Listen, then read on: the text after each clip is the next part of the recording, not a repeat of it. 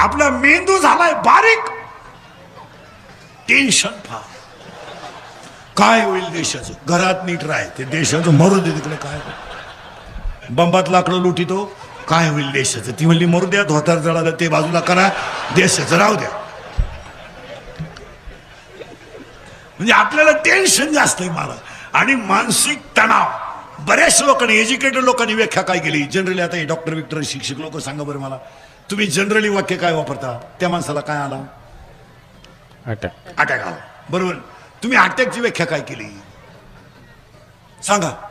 नुसते 10-10 लाख भरांनी मेडिकलला जा, 20-20 लाख भरांनी इंजिनियरला जा, आणि ज्यांनी काढलं त्यांना श्रीमंत करा.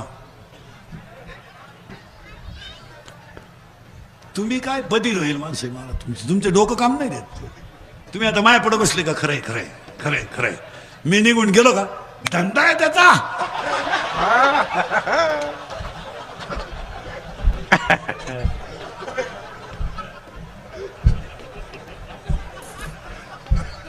इंद्रिकर मरण महाराज, पण तुम्हाला आपलीच आठवणीला माणूस काय म्हणत होता?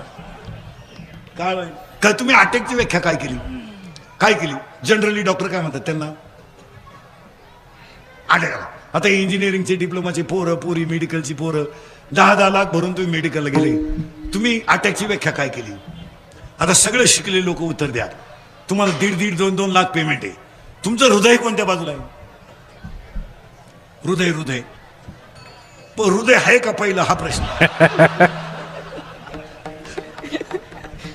कोणत्या बाजूला आहे? हृदय कोणत्या बाजूला आहे? डाव्या. नीट उत्तर द्या. पुरी बिरी मेडिकलला जाणार, इंजिनिअरिंगला उगाच पैसे घालायचे, झक मारायची काय काम आहे त्याचं? सांगा मला, तुमचे सगळ्यांचे हृदय कोणत्या बाजूला? डाव्या बाजूला. शरीराचा सगळ्यात नाजूक अवयव कोणता? हृदय. म्हणजे गुडघा गेला तरी चालेल, पाय गेला तरी चालेल. हृदयाला किंमत आहे का नाही? आहे. तुम्ही बोलत आहे का नाही? आहे. तुमच्या सगळ्या लोकांचे शर्टाचे खिशे कुठे आहेत? डाव्या बाजूला. तुम्ही मोबाईल कुठे ठेवता? डाव्या बाजूला, बरोबर आहे ना? हृदय कोणत्या बाजूला आहे? डाव्या बाजूला. आणि शरीराचा नाजूक अवयव कोणता आहे? हृदय. आणि तुमचे सगळ्यांचे मोबाईल कोणत्या खिशात आहे? डाव्या बाजूला. मग आता मला सांगा, 7-8 वेळा जर मोबाईल व्हायब्रेट झाला सायलेंट ठेवून, तर जागेवर मरशील ना तू. मग आता मोबाईल कुठं ठेवा याची अक्कल नाही, तुम्ही पेमेंट घेता कशाची? विनोद समजू नका. मोबाईल वरच्या खिशात कधी ठेवू नका. तुम्ही टेबलवर ठेवून बघा, व्हायब्रेट होतो. पुस्तकावर ठेवून बघा, व्हायब्रेट होतो. इथं ठेवू नये, इथं मोबाईल ठेवू नये. तिकडं नका लक्ष देऊ. मोबाईल इथं ठेवत जात नका. हे हृदय. तुम्हाला कोण सांगेल? मग अटॅक काय येतो? ऐका व्याख्या अटॅकची. आणूनच दाखवतो 2 मिनिटात. तुम्हाला बसल्या बसल्या अटॅक येईल. पाहता मेंदू किती बॉम्बाला सगळं 2. तुम्ही सुधरातच लोकांना काय नाही. मेंदू किती? 2.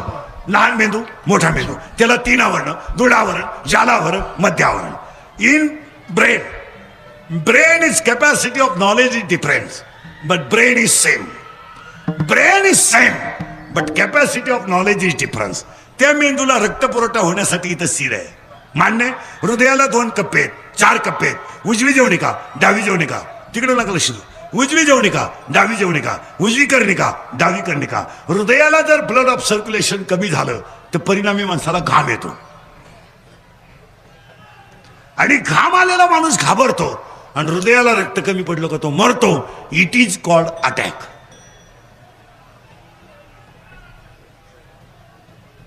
अटॅकला एकच औषध आहे, नो टॅबलेट, नो इंजेक्शन. अटॅकला एकच औषध, घडलेली घटना जाग्यावर विसरणे. तिचा विचारच करायचा नाही.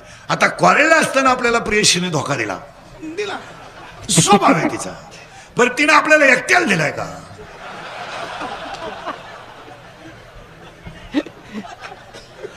मग तू असा भावण्यासारखा नुसता तिच्याच नावाचा जप करीतो म्हणजे मरशील ना तू. टेन्शन फ्री राहायचं महाराज, टेन्शन फ्री. अटॅक येणार नाही, सोडून द्यायचा तो विषय. घडलेली घटना सोडून द्या, काय त्याचं नाही. नोकरी नाही, नसू दे. स्वतःची आत्मशक्ती जागी करा, आणि त्या वाढदिवसाच्या कीर्तनाला सुरुवात. आता आपलं कीर्तन वाढदिवसाला ठेवलं म्हणल्यावर त्या व्यक्तीला 100 वर्ष ब्याव नाही. आपलं कीर्तन जर वाढदिवसाला ठेवलं तर माणूस 100 वर्ष जगतो. आपलं कीर्तन जर दुकानच्या उद्घाटनाला ठेवलं तर वर्षात दुसरं दुकान होतं. आपलं कीर्तन जर बंगल्याच्या वास्तुशांतीला ठेवलं तर वर्षात दुसरा बंगला होतो. आणि आपलं कीर्तन जर लग्नाला ठेवलं वर्षात दुसरे. बाकीचा विचार घरी गेल्यावर करा. नाही, पण त्या वाढदिवसाला अभिष्ट चिंतन शब्द वापरायचा किंवा जन्मदिवस वापरायचा. त्यांच्या सगळ्या परिवाराला उदंड आयुष्य लाभो ईश्वरचरणी प्रार्थना. अभंगाला सुरुवात. आजच्या कार्यक्रमाचं कौतुक करावं ते त्यांच्या कार्यकर्त्यांचं, आणि सगळ्यात बापूंचं कौतुक करावं का महामारीच्या काळात कीर्तन ठेवलं. दुसरं कौतुक करावं, 1.5 वर्ष लोकांच्या कानावर चांगलं पडलं नव्हतं, निदान आज 4 शब्द चांगले पडतील. आणि तिसरं कौतुक करावं, एवढ्या जनतेच्या आशीर्वादावर बापूंना कधीच काही कमी पडणार नाही. आणि चौथं वाक्य सांगतो, कोणताही माणूस मोठा व्हायला प्रारब्ध लागतं, असं बोगसगिरी चालत नाही. कुणी उठणं कोणी उठायचं आणि पाखवत वाजायचं. बाबाची पेंडे काही 6 वर्ष आळंदीत राहिले, फक्त धोतरच नेसा शिकले, गाजरं काही येत नाही. असं चालतं का? त्याला प्रारब्ध लागतं. आता यांच्या बाबतीमध्ये एक वाक्य सांगतो, पस्तावस्ता चालवणं, मोठ्या लोकांना लोकांवर मनाचं राज्य गाजवणं, याला 4 कारण आहेत. 1, बापूंचं प्रारब्ध उत्तम आहे. 2, प्रयत्न चांगले आहेत. 3, स्वतःचं कर्तृत्व आहे. आणि 4, साधू संतांचा आणि आई वडिलांचा आशीर्वाद आहे. असं मोठं व्हायची भाषा जमत नाही. काही लोक म्हणतात हे होऊ चालत नाही. काही लोक एकदाच सरपंच झाले, कावळा शिवेपोत परत सरपंच झालेले, मेले ते. तसं नाही ते. राजकारण करणं आणि परमार्थ करणं या गोष्टी रक्तात असाव्या लागतात. कारण आता पहिला काळ नाहीये.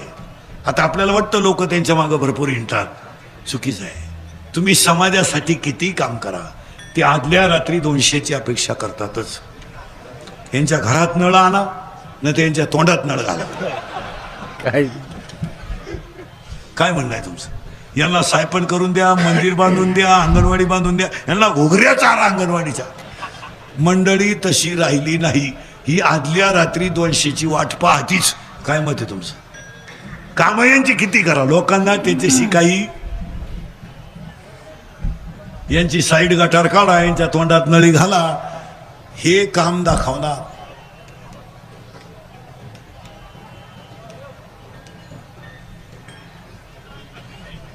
तुम्हाला सुधारणच काही तर काय करा. समाजाला काही घेणं नाही. मला समाज फक्त टीट फॉर टॅट आहे.